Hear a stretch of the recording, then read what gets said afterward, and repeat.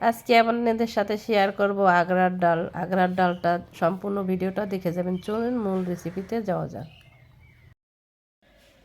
Hello বন্ধুরা, রাখি kitchen village food চ্যানেলে আপনাদের সবাইকে স্বাগতম জানাই। আশা করি সবাই ভালো আছেন। আজকে আমরা রান্না করব আগ্রা দিয়ে ডাল।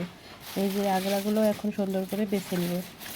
এই আগ্রা দিয়ে ডাল রান্না করব। দেখুন আগ্রাগুলো কত নরম, অনেক নরম, অনেক কষি কষি।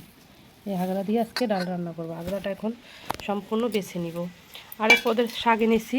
এই দেখুন, এই শাকটা কে কে চেনেন? এই শাকটার নামে কে কে কোন নামে ডাকেন অবশ্যই কমেন্ট করে জানাবেন। এই শাকটার নাম আমরা বলি ঝুলি কাটা।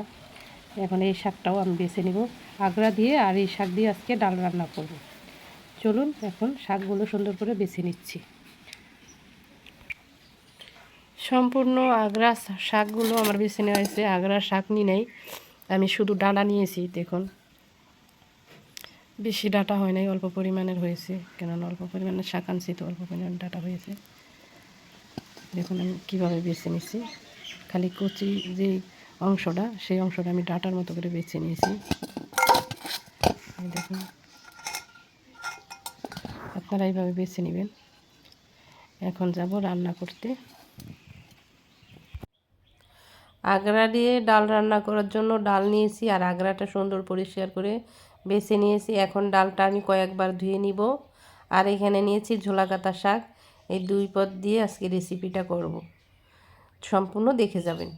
এখন আমি ডালটা সুন্দর পরিষ্কার পানি দিয়ে কয়েকবার ধুয়ে নিব। মুসুরির ডালটা কয়েকবার না ধুলে ডালটা থেকে পানিটা ময়লা বেরোয়। এখন কয়েকবার ডালটা পরিষ্কার করে আমি ধুয়ে নিব। দেখুন মুসুরির ডাল হলো গা মাইচ্ছা বলে, তার জন্য বারবার পানি দিলে বারে বারেই ফেনা ওঠে। এখন আমি আগ্রাটাও সুন্দর করে ধুয়ে নিব। এখন দিয়ে দেব কয়েকটা কাঁচামরিচ, দিয়ে পরিষ্কার করে ধুয়ে নিব আগ্রার সাথে। এখন চুলার জালটা জ্বালিয়ে নিচ্ছি। চুলায় একটা কড়াই বসিয়ে দিব।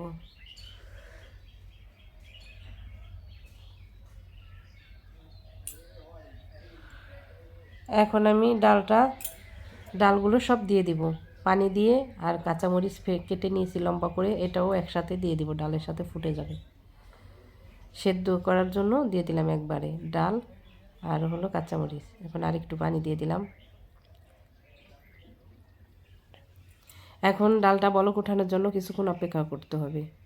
এরকমভাবে মাটির চুলায় তরকারি রান্না করুন, ডাল রান্না করুন, খেতে দারুণ লাগে।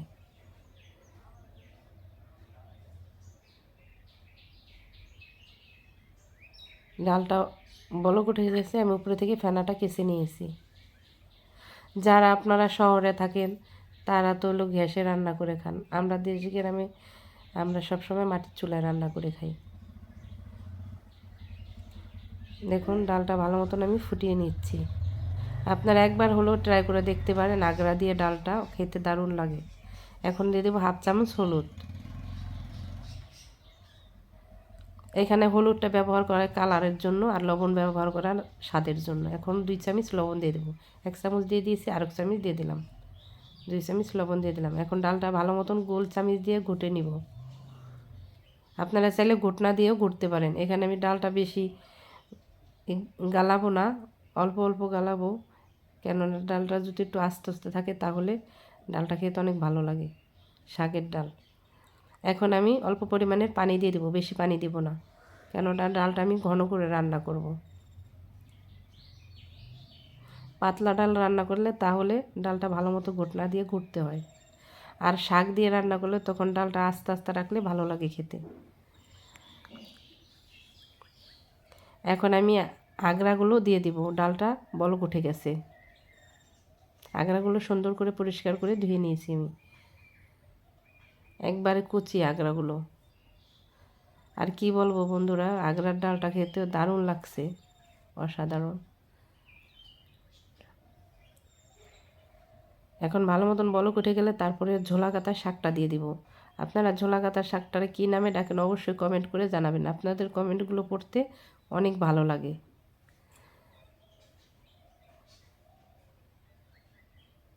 এখন শাক আর আগ্রা দিয়ে ভালো মতন রান্না করে নিব। ভালো মতন ডালটা ফুটে গেছে। এখন আমি একটা গামলার ভিতরে বেড়ে নিব ফোড়ন দেওয়ার জন্য। যে গামলার ভিতরে বেড়ে নেওয়া হয়ে গেছে।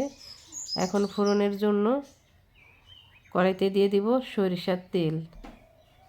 তেলটা গরম হওয়ার জন্য অপেক্ষা করব।